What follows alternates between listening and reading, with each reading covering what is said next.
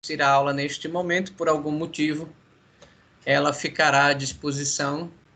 Então, nesse dado momento, vocês cedem os seus direitos de áudio e imagem ao grupo Croton, ok? Assim como eu.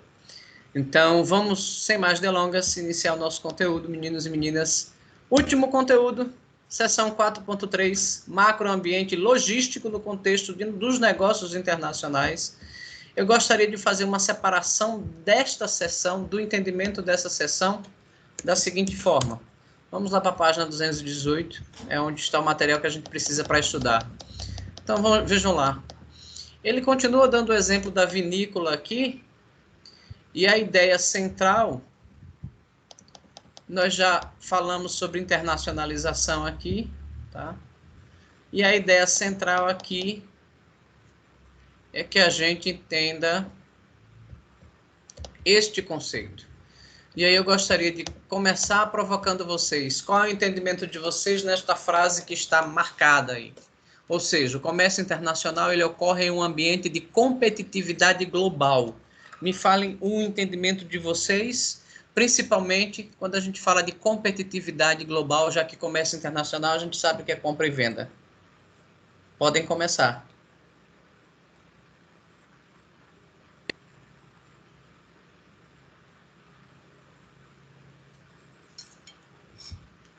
Mais alguém?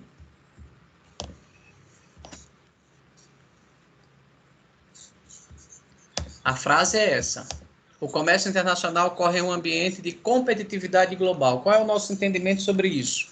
O que é que eu consigo entender sobre competitividade global?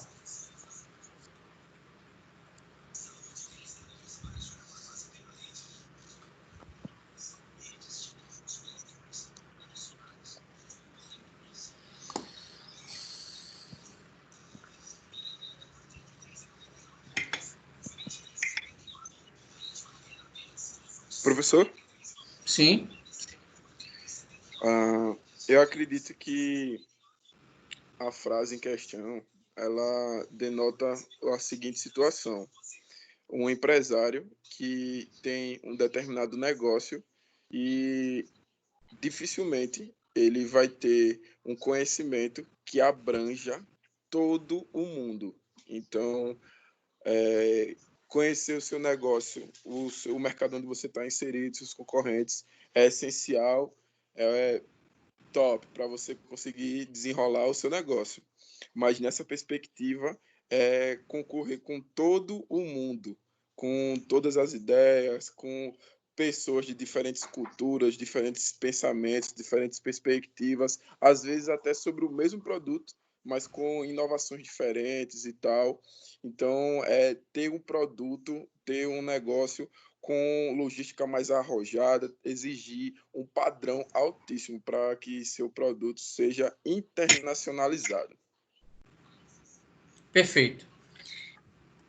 Do ponto de vista da parte acadêmica teórica, isso é perfeito. Tá? A sua colocação é perfeita. O empresário nunca estará pronto. Mas me diga uma coisa. Eu gosto sempre dos exemplos mais simples. Imagine que na mesma rua eu tenha uma panificação. E o cara faz pão francês e pão doce de coco. São os dois produtos que ele tem. Durante um ano, ele é o cara daquela rua que faz pão e todo mundo compra ele, porque naquela região só tem ele. Um ano depois, ele briga com o padeiro sai, vai na ponta da esquina da mesma rua, aluga um salãozinho, coloca uma padaria.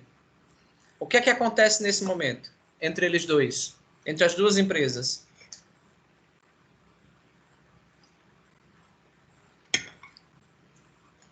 A competitividade. Muito bem, a competitividade, a concorrência. E de acordo com a lei brasileira, há a livre concorrência, principalmente da liberdade econômica que foi publicado no ano passado. Então, o que acontece? Se há essa competitividade, eu preciso entender do meu negócio, sim ou não? Sim. Esse é o primeiro ponto, Fábio. Então, eu preciso entender do negócio. Eu era o dono da padaria. mas eu tinha um padeiro. Será que eu saberia fazer o mesmo pão que ele faz, ou que ele fazia quando trabalhava para mim? Evidentemente que não. Tá? Você não vai encontrar, mesmo que a receita seja a mesma, tempo, temperatura, forma, maneira de você colocar a massa para fazer a fermentação, uma série de situações podem ter diferenças, e isso culmina no resultado final do produto. Ou seja, pode ser que eu, dono da padaria, nem saber pão, nem saber fazer pão, eu saberia. Mas o cara foi lá para a esquina, domina o negócio, entende, viu meus defeitos e vai ser o meu concorrente. Então, como a Edivânia falou, essa competitividade, ela não acontece só na mesma rua. Ela acontece no mesmo bairro, na mesma cidade, no mesmo estado, na mesma região, no mesmo país, no mesmo continente. O meu tamanho de empresa é que vai dizer se eu vou atuar fora do mercado ou não, se eu vou exportar ou não, tá? Hoje o dólar fechou a 5,46, bolsa subiu aí 4,25 aproximadamente, passou dos 85 mil pontos. Isso significa dizer que todo mundo está preocupado com a pandemia, mas que a economia mundial continua movimentando as suas engrenagens, o mínimo que seja. Tá? Então, tem alguém comprando e vendendo do outro lado do mundo. Quando o Trump, ontem, ele falou a respeito de fechar as fronteiras para quem estava vindo do Brasil, ele não fechou as fronteiras para aviões de carga, nem para navios de carga. Tá? Então, as importações e exportações continuam ocorrendo dentro do cenário internacional, principalmente Brasil e Estados Unidos, Brasil e China, Brasil e Argentina, ou seja, os continentes continuam comprando e vendendo, agora voltando um pouco mais de celeridade no processo, pela necessidade, pela falta de produto, já descobriu que no determinado lugar tem um produto, no outro não tem, e você vai direcionando a atividade de competitividade entre as empresas, ainda um pouco mais lenta, mas nesse cenário atual, tende-se daqui a 6 a 8 meses começar a dar um pouco mais de melhoria nesse processo. Voltando para o livro, nós vamos entender o seguinte. Tá? Se eu sou competitivo globalmente, ou se eu tenho ampla concorrência globalmente, é suficiente só que eu compra e venda, ou que eu faça a compra efetiva ou venda para esse cliente? Tem um processo que eu preciso me preocupar, tá? Que é o processo logístico, tá? Que ele não é somente um processo de entrega, ele é uma continuidade da venda, tá? Então, o que eu vou me preocupar com esse processo? Eu vou me preocupar o seguinte, acompanhem aqui, tá? Vejam bem, Rafael, que chegou ainda há pouco, deve lembrar muito bem dessa palavra, né? Dessas duas palavras, sim, Rafael?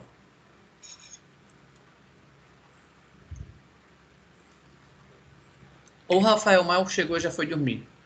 Mas hoje só é... Que é isso, professor? Você tá aí. Lembra disso aqui, Rafael? Visão sistêmica? Não estou me recordando não, professor. Não? Vocês pagaram isso em planejamento estratégico. Pagaram planejamento estratégico comigo não, né? Não, a gente está pagando ainda. Estão pagando com quem? A Tatiana, planejamento estratégico. Com certeza ela deu visão sistêmica para vocês. Mas, enfim, eu tenho que ter a visão de todo o processo, analisando todo o processo, e vou ter que verificar nesse processo, tá, logístico, todas essas etapas. Então, se vocês estiverem aí com o livro de vocês, o caderno de vocês, o que vocês quiserem, marquem, façam essa marcação que está na página 217 do livro, tá?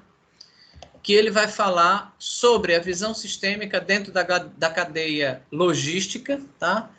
Ou seja, eu preciso entender do processo, do fluxo de materiais, da informação, do desenvolvimento de fornecedor, do recebimento de matéria-prima, dos componentes que estão envolvidos, da produção, da armazenagem, da distribuição e da forma final de atender às necessidades do cliente. Então, não adianta só eu comprar ou só eu vender. Eu preciso entender de como esse processo funciona, tá? A ideia central disso é que eu possibilite uma melhor qualidade de entrega do meu produto, fazer com que o meu produto chegue ao final do meu cliente lá no meu cliente final, ele consiga chegar de forma bem estratégica, atendendo às necessidades desse cliente, e no final da história eu poder atender também às minhas necessidades empresariais, perdão, que é a garantia de lucro para a minha empresa. Então, não é só comprar e vender, eu preciso comprar, eu preciso vender, mas eu preciso fazer com que a entrega seja realizada de forma contundente. Num patamar em que o dólar hoje caiu para 5,46, se não me engano foi 5,42, eu não estou com o dólar, mas se alguém puder pegar aí para mim, eu agradeço.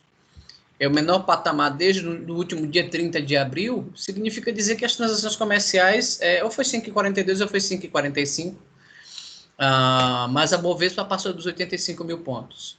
Então, se eu consigo ter esse processo de interação, de entendimento de mercado, na logística, identificando o cenário econômico, verificando as moedas que eu transaciono para fazer o processo de importação e exportação, eu estou tendo, Rafael, o que eu falei ainda há pouco, essa questão de visão sistêmica nesse processo. Então, entender o processo logístico, voltando no raciocínio polonês aí, entender esse processo logístico, nada mais é do que ter uma visão sistêmica para que eu possa entender todo o processo que envolve essa interação entre a venda até a entrega do cliente final. Alguma dúvida?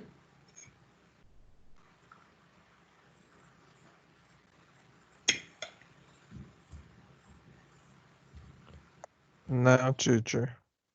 Pensei que você estava dormindo, Wesley. Professor, Pois não. visão holística é o mesmo que visão sistêmica? São parecidas, mas a visão holística... Eu ouvi uma definição bem interessante de um professor da UFAL. Ele disse o seguinte: todas as vezes que você não conseguir entender um processo, diga que ele é holístico, tá? Na verdade, a palavra holística, você pode usá-la para diversas questões em relação à análise de fenômeno, de ponto de vista, visões, etc. A visão sistêmica é a visão do processo, a visão do sistema. A gente costuma associar as questões de engrenagens, tá? Então, quando eu digo que a visão... não, você precisa desenvolver uma visão holística da coisa. Então, você precisa olhar com outros olhos, verificar por outro prisma, ter um outro ponto de vista, entendeu? Já a visão sistêmica, eu vou dizer para você que você tem que analisar o todo, você tem que verificar, né, na verdade, todas as partes para que você consiga analisar o todo. Então, eu não posso fazer uma definição e dizer que as duas são sinônimos, apesar das palavras serem bem parecidas, ou serem usadas em alguns artigos com essas definições. Às vezes é o cuidado no contexto da alocação da palavra. Não sei se eu consegui responder sua pergunta, Fábio. Respondeu sim, obrigado. Perfeito. Dando continuidade aqui, vocês devem ter printado a tela aí, ter feito alguma coisa. Dando continuidade aqui, vamos agora para algumas definições que a gente precisa entender, tá? Essa é uma das definições de logística de Baloo, já utilizadas em provas por mim, tá? Essa vai até aqui. Marquem, essa é a página 218, perdão, do livro impresso, 220 do leitor em PDF. Essa é uma das definições de Baloo a respeito do processo de logística, a respeito da definição de logística, propriamente dita, não logística internacional, mas logística, onde ele coloca que é o processo de planejamento, implementação e controle de fluxo de mercadorias, tá? Então, além dos materiais, eu tenho serviços que vão fazer parte da atividade, né, que é a alocação da mão de obra, essas questões, e o processo ele deve ser incluso ou deve ser incluído em todas as atividades que sejam transacionadas, que sejam transportadas ou que sejam trabalhadas produtos e serviços ou bens e serviços para a disponibilização dos consumidores, tá? Então, essa é uma definição de processo, tá? Perdão, de logística. Aqui embaixo, logo abaixo dessa definição, nós vamos encontrar o que hoje na logística chama-se cadeia de suprimento, que é muito importante, e essa cadeia de suprimento passa pelo processo de gerenciamento de cadeia de suprimento, ou chamado supply chain, tá? Então, o gerenciamento da cadeia de suprimento, pare, volte. Onde é que você vai? Então, o gerenciamento da cadeia de suprimento, ou o supply chain management, como é muito conhecido aí no mercado, é a essência da logística integrada. Então, eu tenho as informações, tá, do processo das interações entre marketing, entre logística, entre produção da empresa. Então, eu faço um processo de gerenciamento dessa cadeia de suprimento, que vai desde o início da alocação da matéria-prima, passando pelo processo de produção, avaliação, verificação, condução, estoque e marketing, para que a empresa possa efetuar suas vendas de forma coerente, de forma precisa. Então, todas as vezes que eu tiver, e prestem bastante atenção nessa colocação, todas as vezes que eu tiver um fluxo de transformação de produtos, eu terei o que a gente chama de cadeia de suprimento. Dúvida? Pode repetir, por favor. Posso sim. Um pouco mais acima, eu fiz a definição de logística como processo de planejamento e controle de implementação e controle de fluxo. Depois eu falei, que foi essa primeira parte aqui, depois eu falei de logística, dentro do processo de gerenciamento da cadeia de suprimento, que é o chamado Supply Chain Management, ou GCS, gerenciamento da cadeia de suprimento, que ele fala que isso aqui é a essência da logística integrada, certo? Que vai destacar os processos de marketing, logística e produção de uma empresa. Parei em produção da empresa e fiz a seguinte colocação. Todas as vezes que eu tiver uma transformação de produtos, um fluxo de transformação de produtos, onde eu tenho entrada, processamento e saída, ou input, process e outputs, eu terei um processo de transformação. Esse fluxo de processo de transformação a gente vai chamar de cadeia de suprimentos. Tá? Ficou mais claro agora? Entendi. Perfeito. Então, quando nós vamos analisar o processo de atividades que são relacionadas à transformação de produto até o usuário final, tá? Eu vou chamar de cadeia de suprimento. Então, se vocês encontrarem em algum momento, daqui a alguns dias, ou daqui a 17 dias, para ser mais exato, alguma coisa de definições ou afirmações a respeito de análise de suprimento, nós estamos na página 218 do livro, 220 do PDF. Está tudo aqui, ó. Lembre-se que eu separei em 3 trechos. Vejam bem. Processo do planejamento e implementação, que é a definição de logística. Depois a questão do gerenciamento de cadeia de suprimento. E depois falei sobre cadeia de suprimento. Então, quando nós nos encontrarmos com informações sobre essas, eu estou geralmente falando de cadeia de suprimento. Então, veja qual delas se refere exatamente à cadeia de suprimento. Nas minhas contas, eu só tenho 2. Se ficar melhor para vocês, já que nós estamos gravando a aula, a gente registra como gravação a definição de Balu sobre cadeia de suprimentos. E fica mais claro para vocês agora, tá? Então, só nesse trechinho aqui, nós temos aí 3 ou 4 questões de uma prova que poderiam ser bem analisadas, bem trabalhadas lá pelo dia 15. Tudo bem até aqui? Alguma dúvida? Gisele, tá por aí?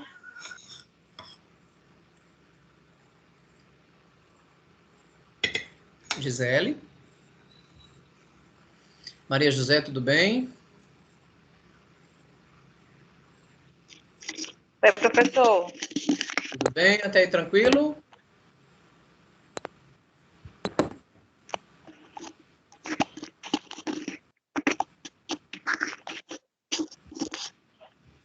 Ai, meu Deus, cadê? Eita. Achou? Ah, desligou. Isso, ela estava procurando.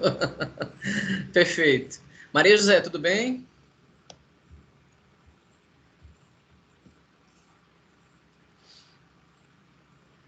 Rosicleide?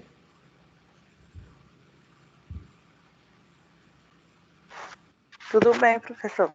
Tranquilo. Tranquilo. Thaís, tudo bem até aí, Thaís?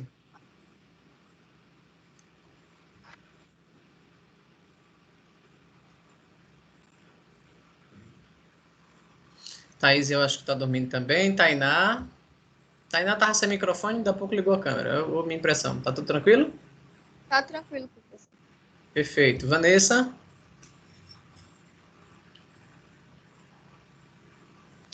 Tá tranquilo, professor. Wesley? Dormiu, Wesley? Não, tô vivo. Ah, graças a Deus. Em nome do Pai. Gilvan ainda continua acordado, somente Maria José, que eu acho que não, ou está sem microfone ou não está nos ouvindo. Vamos lá. Anderson. Tudo bem, Anderson? Tudo bem. Gente, tá faltando Walter, né? Tá faltando uma galera, né? Walter não chegou por aqui hoje, mas enfim, vamos seguir aqui. Já que a gente conseguiu recuperar o fôlego, vamos adiante. Gente, o próximo assimile, na verdade, o primeiro assimile dessa sessão, ele vai falar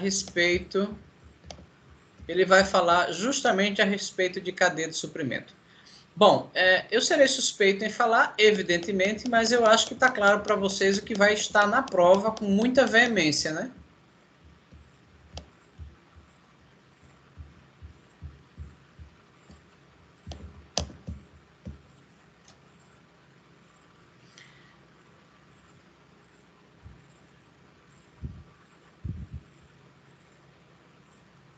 Então, essa é a página 218, 219 ainda, se não me engano. É 219, 218 ainda, perdão. E aqui tem o gerenciamento da cadeia de suprimentos, tá? Preciso marcar isso tudo. Tá. Então, tá aí, quando a gente fala de gerenciamento de cadeia de suprimento, eu tenho aí o Supply Chain como sendo um dos... Os caras têm programas para isso, tem algumas técnicas, então é muito legal quando você vê esse processo aí funcionando. Bom, então, já que eu estou falando de cadeia de suprimento, minha pergunta isso serve só para produto, gente? A cadeia de suprimento?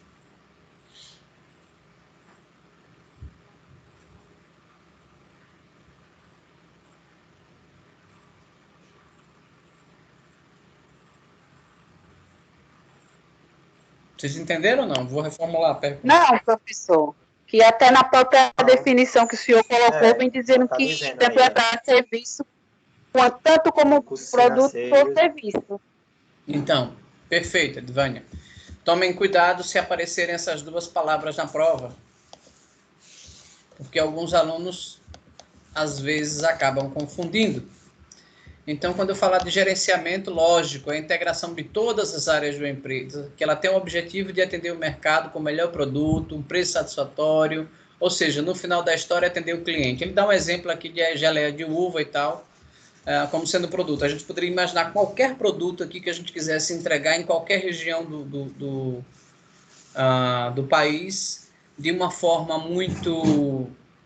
Estou falando do país, tá? Para ficar mais claro para a gente, o entendimento. Sei lá, eu podia entregar o própolis vermelho de São Luís do Quitunde, ou a própolis vermelha de São Luís do Quitunde, lá em Delmiro Gouveia. Tá? É possível isso acontecer? Sim ou não?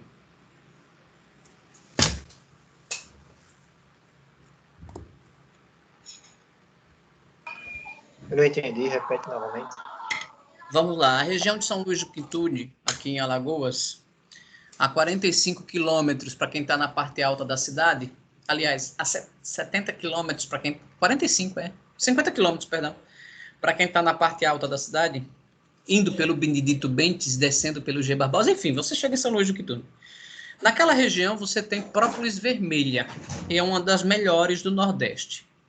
Então, ali é feito por pequenos produtores, associações, cooperativas, esse pessoal. Minha pergunta, eu posso pegar essa própolis vermelha e vender em Delmiro Gouveia?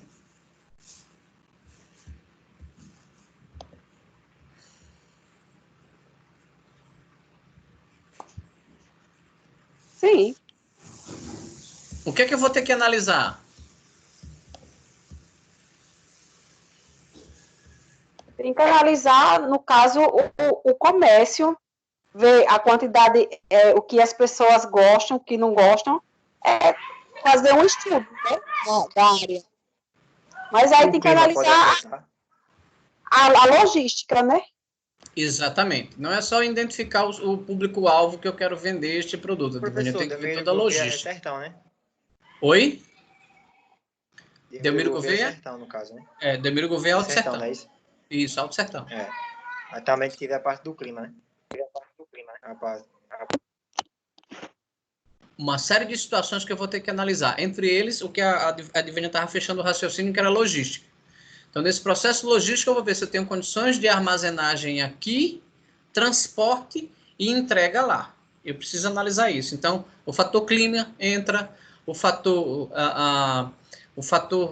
rodovia, condições entra, o transporte, o veículo que a gente tem para levar até lá também entra. Todo esse processo, ele é conduzido desta forma, orientado desta forma. Então, é necessário entender que qualquer produto que eu queira comercializar, o processo logístico ele tem que estar como é que eu vou dizer, contemplado nessa análise. Vejam bem, sabe o que é engraçado? Em épocas normais e comuns, a família resolve trocar o fogão. Aí vamos todo mundo comprar o fogão, porque todo mundo quer dar opinião no fogão. O fogão tem que ter isso, o fogão tem que ter aquilo. Aí bota todo mundo no carro e vai comprar o fogão. Quando chega lá no hipermercado para comprar o fogão, todo mundo desce do carro, vai lá, escolhe o fogão é pronta entrega. Aí quando chega com o fogão no carrinho para colocar no carro, descobre um detalhe. Qual é?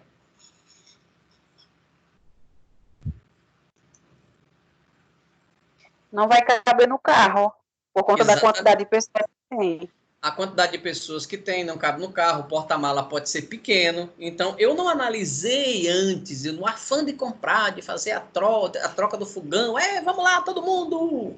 Quando chega lá, descobre que não havia as condições de transporte. Agora, pega esse mesmo exemplo do fogão. E tenta imaginar que você vendeu a própolis vermelha para a China. E aí você não analisou aquelas condições que a gente viu na unidade 4 toda, que até aqui a gente só falou de logística internacional. Não analisou as condições de transporte da questão aduaneira, do transporte do navio, do transporte terrestre, das questões de seguro, uma série de situações. Nada disso foi analisado e você vendeu. Será que essa venda, de repente, não pode se transformar num grande prejuízo? O que é que vocês acham?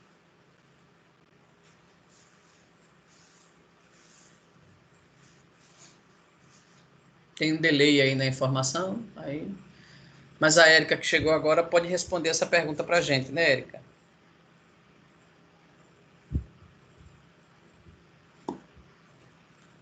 Érica, você está aí?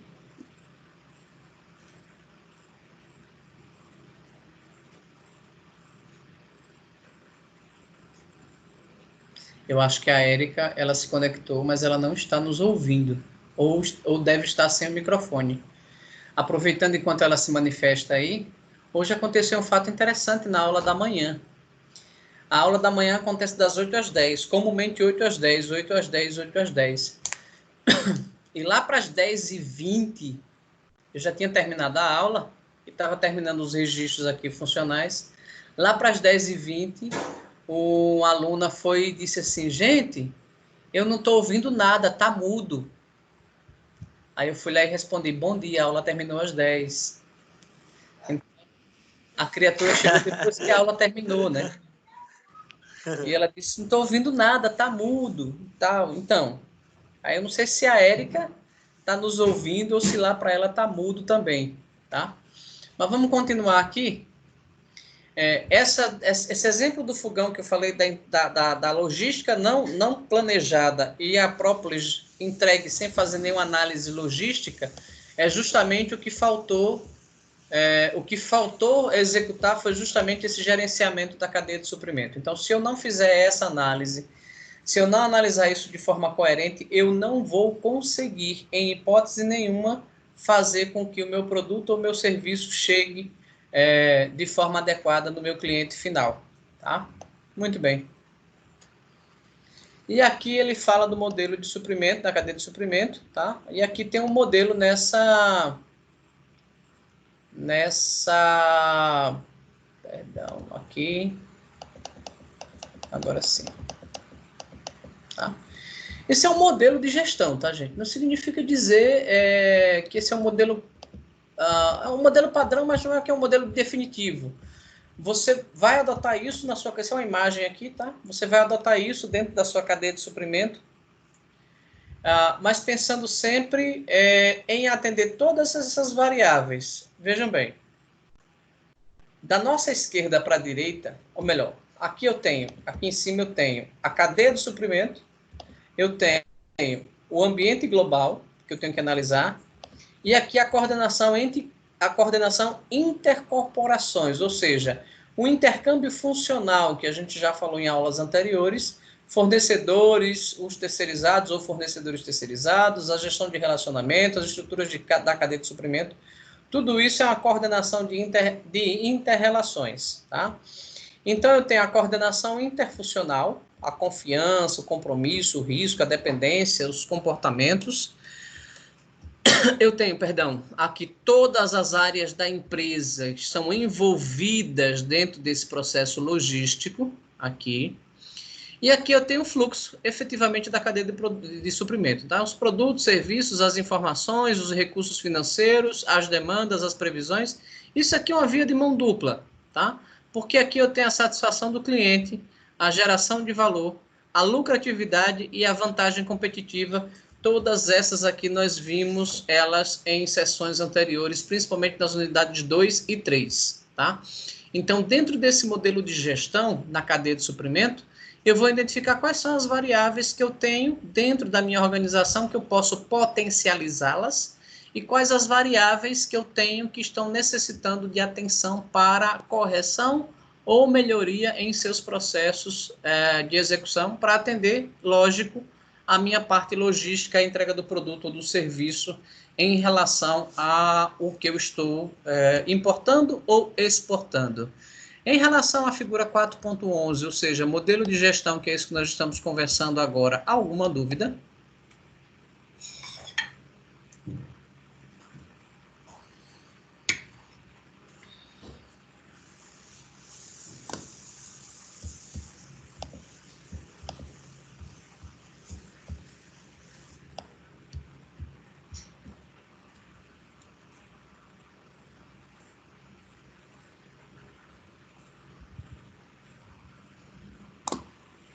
Érica já voltou, gente? Sim. Ah, muito bem, graças a Deus. Tranquilo. Gente, alguma dúvida em relação a isso? Não, né? Então a gente pode prosseguir aqui com essa imagem. Perfeitamente. Saindo do modelo, ele vai exemplificar aqui um processo da cadeia de suprimentos. Deixa eu só baixar para 180. Para a cadeia de suprimento da HP, tá?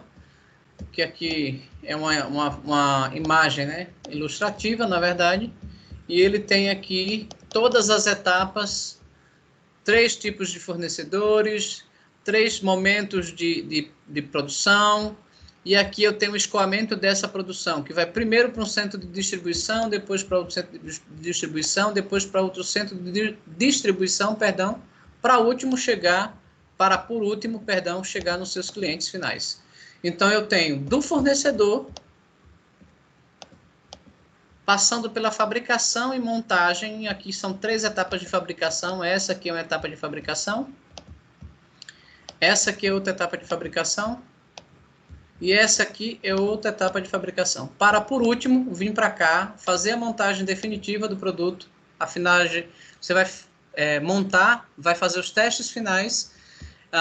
Aqui eu tenho outro fornecedor para esse momento também, para o momento do que vai faltar, no caso, ou de ajustes. Depois do produto acabado, eu distribuo entre os meus centros de distribuição, tá? Aqui Estados Unidos, Europa e Extremo Oriente, tá? Para, por último, chegar nos meus clientes finais. Então, essa é uma cadeia de suprimentos da HP. Eu poderia ter uma cadeia de suprimentos da Bacia Leiteira de Alagoas, por exemplo, desde o leite saindo lá da vaca, chegando até o supermercado, chegando nas escolas, chegando nas panificações, que são pontos mais usuais. Tá? Então, essa é um exemplo de cadeia de suprimento, no caso aqui da HP. Tá? Bom, aqui tem um ponto de discussão muito interessante, porque ele diz que a cadeia de suprimento, o gerenciamento da cadeia de suprimento, ela tem que fazer esse processo aqui.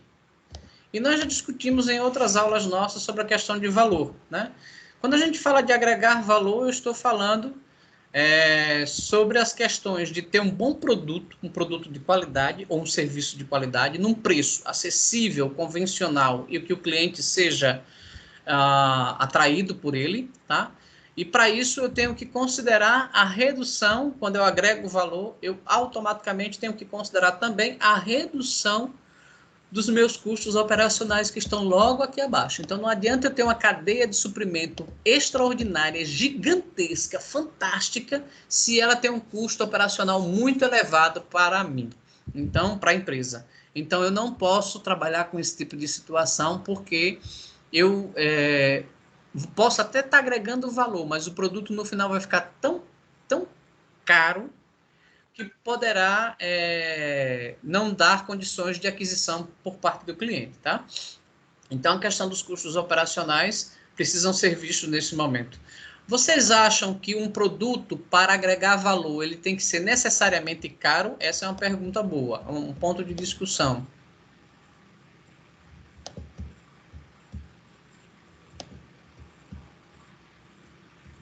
Não, Por quê? porque se for um serviço, se você fizer um bom serviço, se você tiver um bom atendimento, até a questão se for um produto, mas se você tiver como atender aquele cliente bem e ligar, perguntar se aquele produto serviu, se não serviu, se tiver todo um parâmetro depois da compra, isso sim, não teria tanto custo e iria agregar muito no valor do produto. Ou seja, é uma das coisas que você está colocando agora, Edvânia, é o que a maioria das empresas não fazem, que é o pós-venda. Tá? Isso. Por exemplo, os provedores de internet de bairro, que logo, ou eles se posicionam, ou vão deixar de existir, para que os grandes vão começar a comprar eles vendem, alguém vende ou você liga, porque eles não têm um comercial muito ativo, eles fazem aquela divulgação e pela necessidade você vai e faz a aquisição do produto. Mas eles vêm, instalam, mas não dão um feedback. Eles não ligam para você para saber como é que tá, depois de um mês, se está gostando do serviço. Eles têm medo da reação. Tá? Então, aqueles que fazem isso, às vezes o produto, a prestação de serviço é mais caro, ou seja, o pacote que você tem de tantos megas em relação à concorrente é mais caro, porque você está nela, mas ela te dá uma qualidade, te dá um suporte, te dá uma orientação. E muitas vezes as outras não fazem isso, porque não tem estrutura para. Então, eu estou colocando esse exemplo justamente para dizer, aquilo que agrega valor não precisa ser necessariamente caro, mas eu preciso estar de olho nos meus custos operacionais. Colocar uma pessoa para ligar, por exemplo, para saber, como a Edvânia colocou, como é que está, como foi, quais são as condições, está tudo bem, etc. e tal, pode agregar um valor ao serviço ou até mesmo ao produto, a depender da circunstância, tão vantajoso que as empresas não percebem isso e às vezes tem a mão de obra qualificada para fazê-lo. Bom, quando a gente fala de ambiente competitivo, ele fala que existem alguns fatores ou princípios que são considerados básicos no ambiente competitivo e são esses aqui. Tá? É a figura 4.3, marquem, grifem, colocam uma seta bem grande.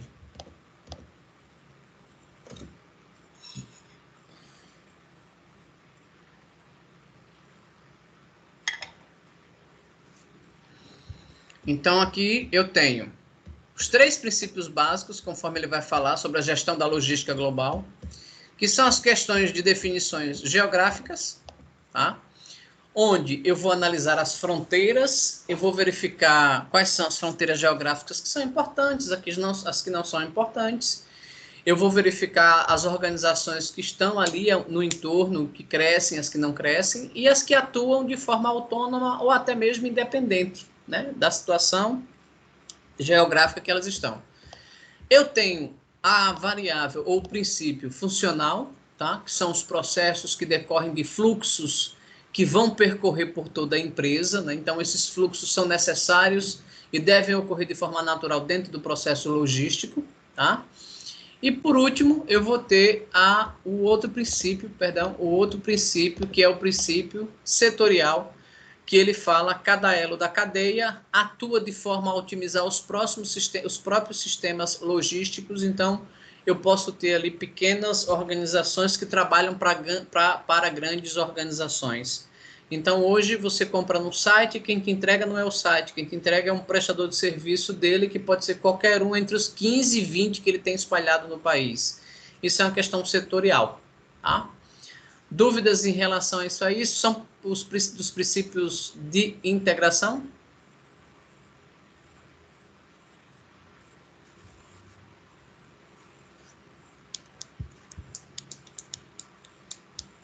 Não, sim, talvez, contudo.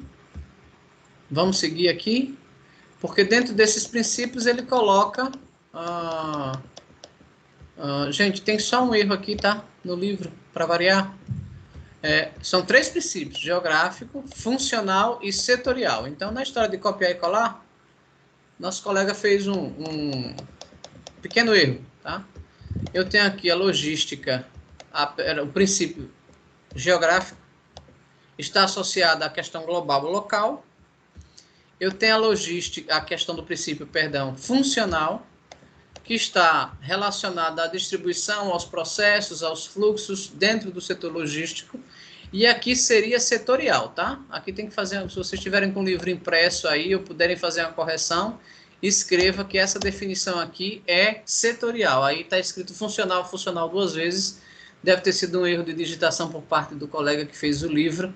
Então, é setorial. Ele fala sobre a questão da dominação pela função dentro da logística pelo fluxo global, tá? Então, eu tenho uma questão local em que a prestação de serviço se dá por compras feitas por outras empresas e quem faz esses processos de entrega são as questões locais. Então, só corrijam aí esse nome de funcional, pela 2ª vez ele é setorial, tá?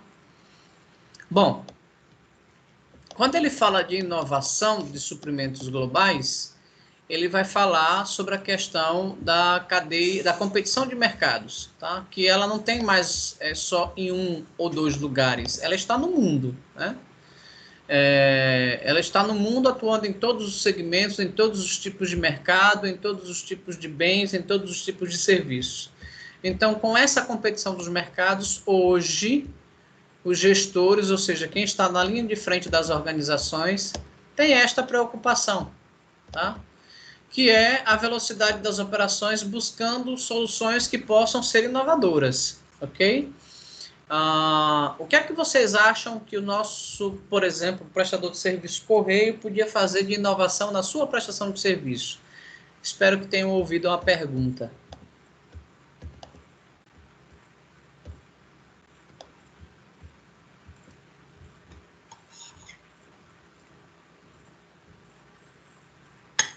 Para começar a entregar no local certo, né?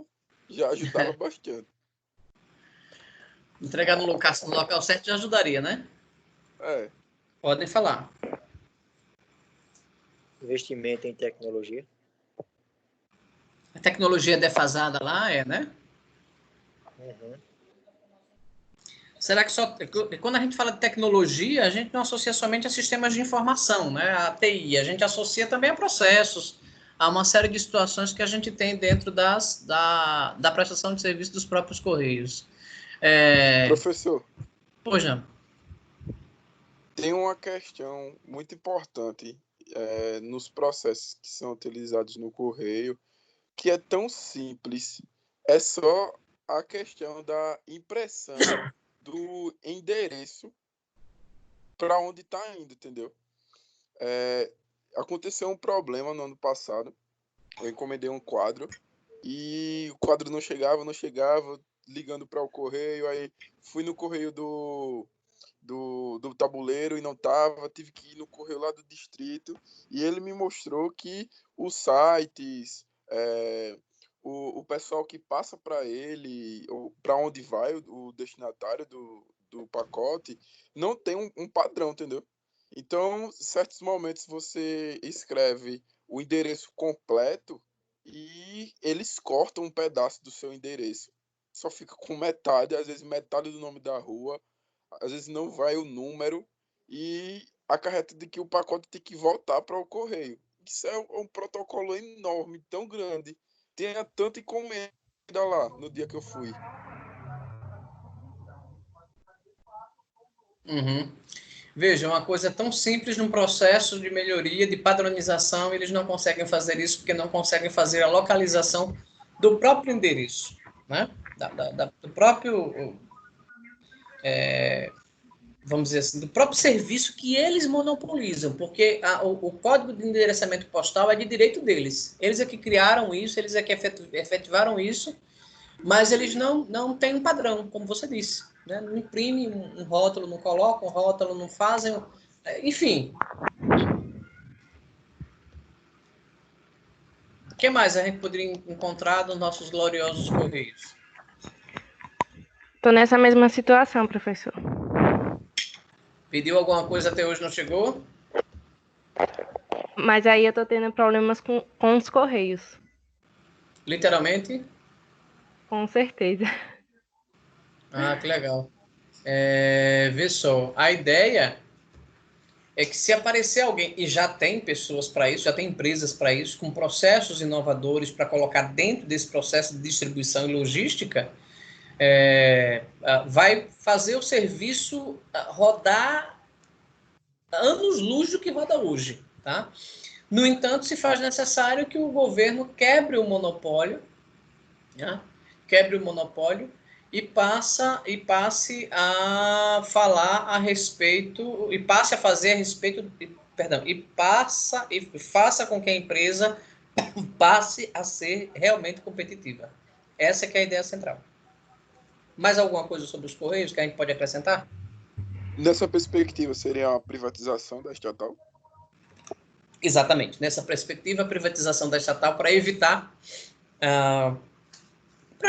corrupção, não aproveitar que está sendo gravada, a aula mesmo é pública, para evitar corrupção, para evitar cabide de emprego desnecessário. Ora, gente, por que eu não estou aqui adotando nem defendendo A, nem B, nem nenhuma ideologia capitalista.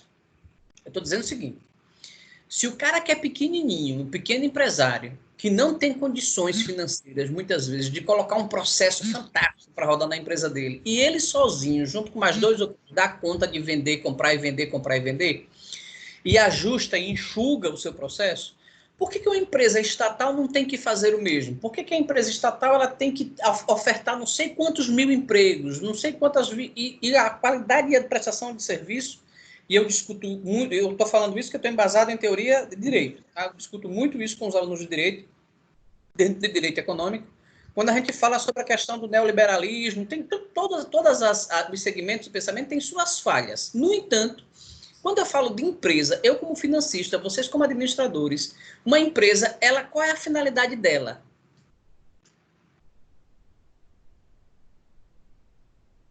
Gerar capital.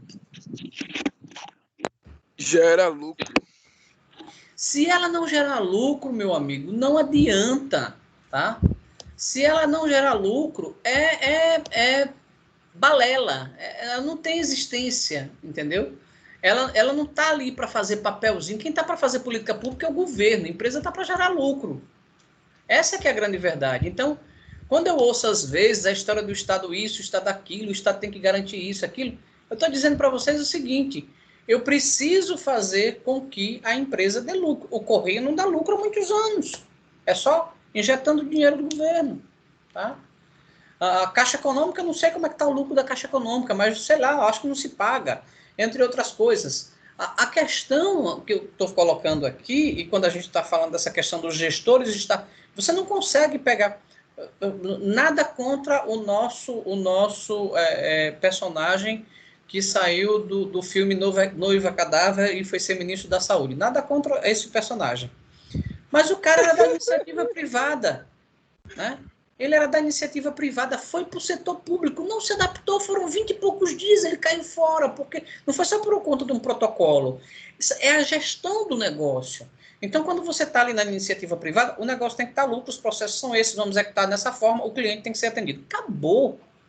Você chega nos Correios, e aqui eu não estou fazendo nenhum protesto, estou citando o Correio, porque a gente sabe que ele está dentro da pesquisa do governo para ser vendido, concedido, privatizado, o que vocês quiserem chamar, como diversas outras empresas estatais que estão no poder público. Tá? Então, assim, quando você chega nos Correios, os caras vão lhe atender como se estivesse fazendo um favor. Tá? E se alguém lhe atender bem, é novato. Ele tem menos de 5 anos de concurso.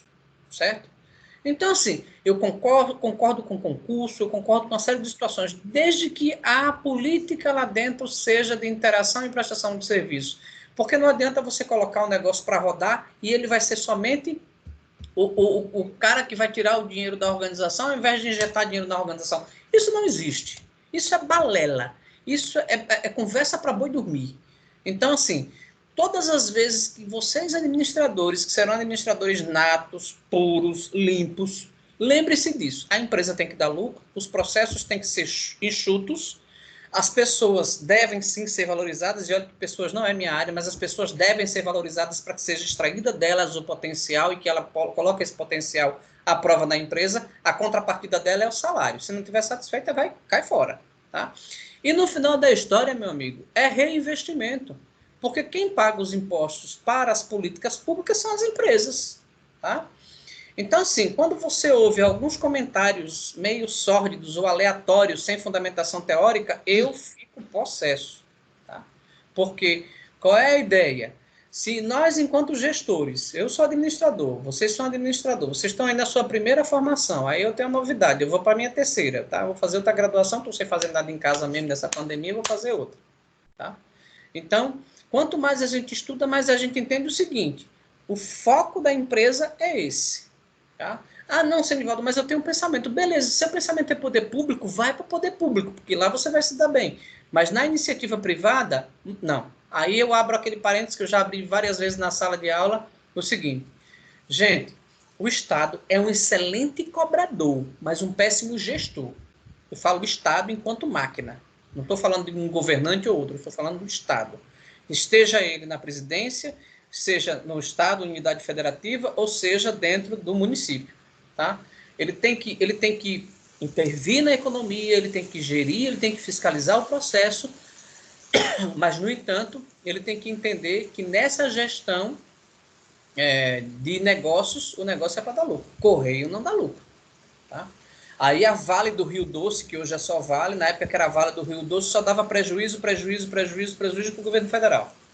Aí o governo federal vai e vende a Vale do Rio Doce, ela se transforma em Vale, e 1 ano e meio depois, ou 2 anos, não me recordo bem, a empresa passa a dar lucros extraordinários. Tá? Qual era o problema? Era o negócio? Não era, porque ela não mudou o negócio, ela continuou no mesmo negócio. Era a gestão. Tá? Era a gestão. Gestão ou benefícios outros que não vieram até a gente. Seguindo aqui para a gente tentar fechar o nosso raciocínio, quando ele fala de inovações, tá?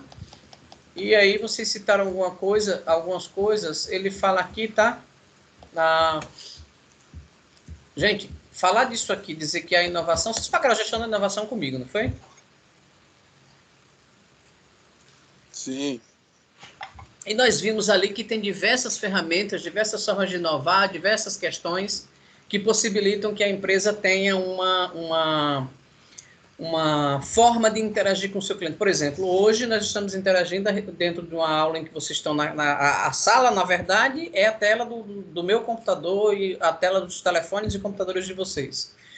E nós estamos entregando o serviço que vocês contrataram. Sim, tudo bem, temos uma questão aí de delay, etc. e tal, algumas considerações. Mas imagine essa plataforma. Quem aqui já conhecia o Microsoft Teams? Ou melhor, a pergunta é, quem não conhecia o Microsoft Teams? Não, quem mais? Janaína está com a mãozinha levantada aqui ainda. Essa mãozinha é um barato, né? Essa mãozinha levantada do Teams agora. Eu também não conhecia dessa forma. Também eu não, não é conheci, não. eu não conhecia, não, professor. Aí depois eu conheci quando eu entrei na empresa para trabalhar. Na empresa, Wesley, você conheceu na empresa? Uhum. Sim. Tá. O que era que a Eu gente conheci conhecia? aqui. Conheceu aqui, né? Legal. A Edivânia também conheceu aqui, né? Sim. Então, eu conheci na Croton, né? Não como ferramenta para sala de aula, mas a gente sabia da ferramenta para reunião corporativa, né? Então, assim, mas eu não utilizava ela como ferramenta como eu uso hoje todo dia, ou qualquer reunião que a gente quer fazer, eu faço na plataforma. Não era dessa forma. Então, assim, quantas outras ferramentas tem que a gente, depois que viu essa, descobriu que tem diversas, né? Mas a gente só conhecia Skype, Messenger, o próprio WhatsApp e algumas outras coisas. Vejam, depois que estourou a pandemia, que todo mundo ficou recluso em casa, é redundante dizer isso, mas ficou recluso, outras plataformas, outras corporações como o Google começou a melhorar suas ferramentas de interação. Ou seja, a inovação ela é constante, a interação ela é constante, no processo logístico também. Por que eu citei, não vou me justificar, não é me justificando, mas por que eu citei os Correios dentro do processo logístico como exemplo nessa aula de ser uma péssima qualidade de prestação de serviço? Não são as pessoas, é o processo, tá? Tem diversas pessoas querendo fazer coisas extraordinárias lá? Tem, fantásticas, mas o processo não permite muitas vezes, o investimento não permite muitas vezes. Mas, enquanto isso, dentro do cenário de crise, outras empresas oferecem plataformas, outras empresas oferecem outra prestação de serviço, outras empresas oferecem uma forma de interagir. Gente, o Brasil é enorme, o problema logístico do Brasil é enorme, rodovias, ferrovias, hidrovias, portos, aeroportos, tem vários problemas. E nós temos uma companhia que ela é a única que faz um único serviço, mas que não dá lucro. Por que não dá lucro? Porque ela não oferece nada inovador, né? Como o Fábio falou, faz um selinho, imprime um selinho, põe no pacote e o negócio chega no lugar certo, né? Gente, me diga uma coisa, tudo bem que muitas vezes os mapas ou as bússolas da vida, como o Waze aí, ensina errado dependendo do que você digitou ou do que ele entende. Mas hoje, você só se perde dentro de uma cidade se você quiser. Porque você tem aplicativos que dão nome de rua, dão localização e direcionam você. Então, a gente precisa entender que a inovação ela acontece constantemente de acordo com essa necessidade que está posta aí pelas empresas, pelas organizações. Tá? Então, aqui, essas novidades que ele fala aqui, que traz uma transformação profunda, é o que nós estamos passando agora. Nós estamos passando uma transformação muito profunda em relação à interação, à comunicação, à continuidade da prestação de serviço, no nosso caso aqui, por conta da situação. Não foi porque parou o serviço, parou tudo que a gente parou do nosso serviço. Não, encontramos uma forma de atender e satisfazer as necessidades. Então, essas novidades, elas trazem transformação, ainda vão continuar acontecendo diversas outras que você pode dizer, poxa, nem sabia que isso existia, que legal, bacana, como é simples. E muitas vezes a gente não vai nem perguntar, e como era feito antes, né? Muitas vezes a gente pode não perguntar isso aí, porque não interessa, a gente tem que entender como é feito agora e de que forma isso orienta as nossas atividades, ok? Só uma observação aqui.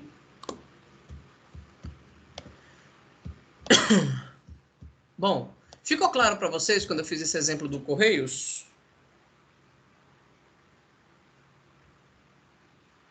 Sim, professor. Tá tranquilo? Então, a gente pode começar o fechamento da aula. Tá? Aqui ele vai falar do Produto Interno Bruto. Vai citar aí o ano de 2015, ou seja, 5 anos atrás. Eu não vou levantar esses números aqui, porque são números aí que ele coloca apenas para fazer sobre a questão do cenário competitivo logístico brasileiro. Tá? Não vou levantar esses números nem para a prova. Aí ele coloca essas notas aqui embaixo. Isso foi em 2015. Esses dados eles foram em 2005. Tá? Eles foram contemplados aí, deve ter uma pesquisa mais atual, evidentemente, mas eu tenho que usar o que está no livro, só para entender, para dizer para vocês o seguinte, quando a gente fala sobre as questões de logísticas na exportação, aqui tem a situação das ferrovias, porque eu tenho que trazer o produto de lá, de onde é produzido, no caso das commodities, até os portos. Então, ferrovias, hidrovias e portos, disponibilidade de ineficiência, intermodais não tem, geralmente você tem um modal só, ou o intermodal talvez seja de um trem para um caminhão, talvez, eu estou aqui chutando uma informação. A situação das rodovias que são precárias, a disponibilidade, os portos e os custos de transporte que são muito caros. Tá? Então, ele continua conduzindo aqui, para uma pergunta, para uma pergunta bem pertinente, que eu provoquei outras discussões, né, mas ele coloca aqui sobre a questão das empresas por departamentos, as organizações e as centralizações que acontecem. E quando se fala de logística, né, nas experiências profissionais, aí vem uma pergunta, a gente já trabalhou essa pergunta de uma outra forma aqui, mas dentro de uma centralização se dificulta a integração ou não, na grande maioria dificulta sim, e aí você fecha a unidade com essa figura aqui embaixo, tá? Da figura 4.15, que ele fala dos entraves de importação e exportação. Antes disso, tudo bem, aqui, a ineficiência da estrutura logística no Brasil a gente já discutiu, portos e aeroportos, rodovias e ferrovias, o investimento, o tamanho do Brasil. Falamos a semana passada da Transamazônica, eu acho que foi até o Rafael que fez essa citação, se não me engano, da Transamazônica na aula passada. Foi isso, Rafael, se não me engano? Sim. E aí a gente vai falar de infraestrutura, mas ele destaca um texto aqui sobre a questão do transporte brasileiro, mas o que eu pretendo é realmente essa colocação que ele faz aqui, tá? Isso é quase que uma briga geral, mas imagine que o governo federal, eu não sei se vocês têm ido ali para os lados da BR-101, né, do nosso trecho de duplicação, mas o trecho de duplicação, deixe-me ver, eu posso usar dois exemplos pertinentes para essa colocação feita por Reis, citando Barbosa, na verdade, que é o seguinte: você financia um veículo, você tem uma frota de veículos, uma frota de caminhões que você financiou hoje, seja por leasing, o que for, e essa frota ela vai ter que se pagar com a operação. Só que você compra essa frota, você coloca essa frota para trabalhar, para fazer transporte, para fazer uma série de situações, e essa frota é colocada dentro de condições de rodovias que não são as adequadas ou as rodovias às quais os carros foram projetados para transitar. Tá claro? Ou seja, o carro foi feito para uma rodovia boa, você bota na porcaria, traduzindo em miúdos. Então, eu vou fazer duas citações aqui. A primeira é a duplicação da BR-101, que corta praticamente todo o país, tá? E aqui em Alagoas, ali aquele trecho que era um trecho que passou décadas, cito décadas porque aconteceu em Aracaju também, sem ser mexido, foi aquele trecho de Atalaia ali. Quem vai para os lados da BR-101, perdão, quem vai, 316, cortando a 316 ali, que corta a 101, naquele trecho ali de Atalaia, já percebeu que evoluiu bastante aquele trecho da duplicação da 101, ali na altura de Pilar, na verdade, né? Indo para a Atalaia, onde você vai ter aquele elevado, uma série de situações. O que vai acontecer com a BR-101? Alguém duvida que ela vai ser privatizada em trechos ou não?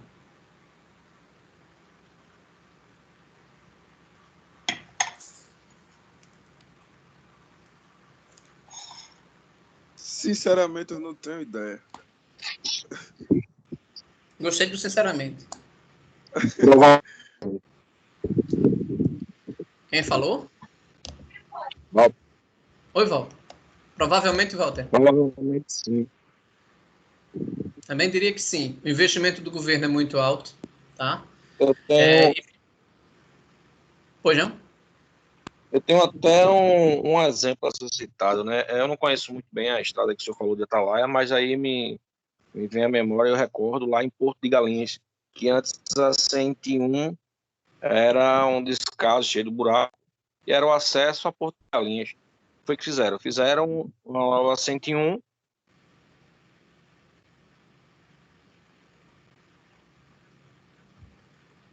Oi, E Walter. ninguém mais utiliza, não se utiliza mais a BR-101 antiga, né, para ir para Porto de Galinhas, e utiliza a alternativa, que é uma pista de qualidade, mas é paga.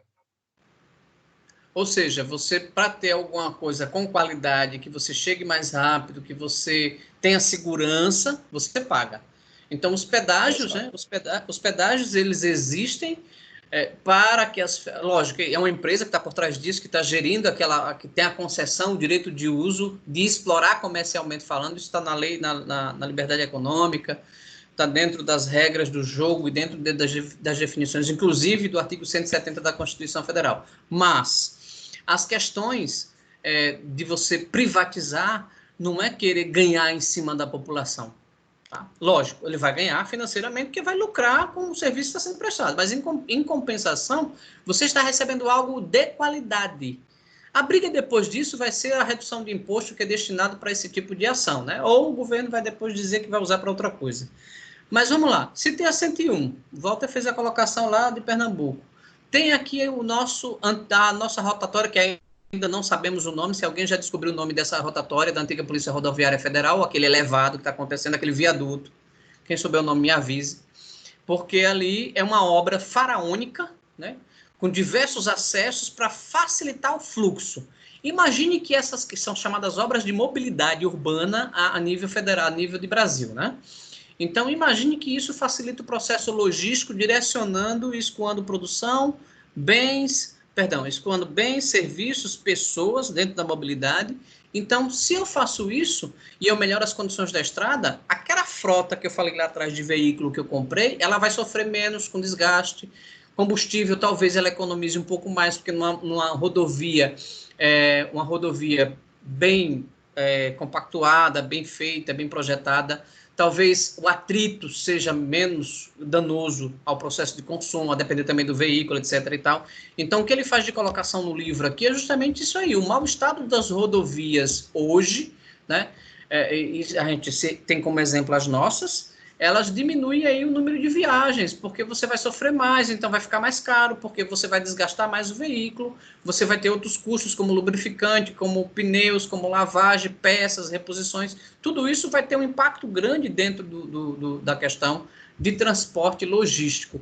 Então, a vida útil de uma estrada também danifica a vida útil de um veículo, tá? Então, ele faz essa colocação aí, depois ele fala da questão do modal rodoviário brasileiro, tá? Que aí vem sendo feito alguns investimentos, sendo feito algumas questões. E, por fim, dentro das questões, você tem a questão do outro modal, que é o modal da capacidade de embarque e desembarque de mercadorias de alto custo, que são os portos e aeroportos, né? Os portos brasileiros estão aí, na sua grande maioria, tendo investimentos e até sendo terceirizada a sua gestão ou concedida a sua gestão para outras empresas explorarem comercialmente falando. Bom, e por último, ele fala aqui o seguinte: se você conhece o processo de logística internacional de forma adequada, você elimina surpresas, você conhece a atividade do comércio exterior, você conhece diversas outras questões e automaticamente você aumenta a produtividade e lucratividade do negócio. Pessoal, essa foi a sessão 4.3, como eu disse para vocês, é uma sessão extremamente curta, e aqui duas coisas que nós trabalhamos bastante nessa sessão, foi o gerenciamento da cadeia de suprimentos, tá, e os processos logísticos internacionais. Então, ao se referir, aqui ele já vai para o finalmente do livro, tá, essas perguntas aí são perguntas de material. E aqui embaixo ele tem as referências bibliográficas da unidade 4, tá? Todas essas referências que foram utilizadas para a construção desse material. E ele finaliza o livro lá naquela imagenzinha que vocês têm como se fosse um caderno para escrever, tá? A ideia... esse aqui não vai ter o caderninho, eu acho. Não tem. Bom, então, só recapitulando, tá?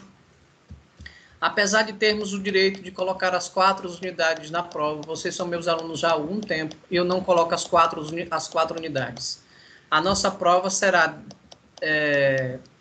constará das unidades 3, importação e exportação, e unidade 4, logística internacional. Né? Então, são 6 sessões para a prova.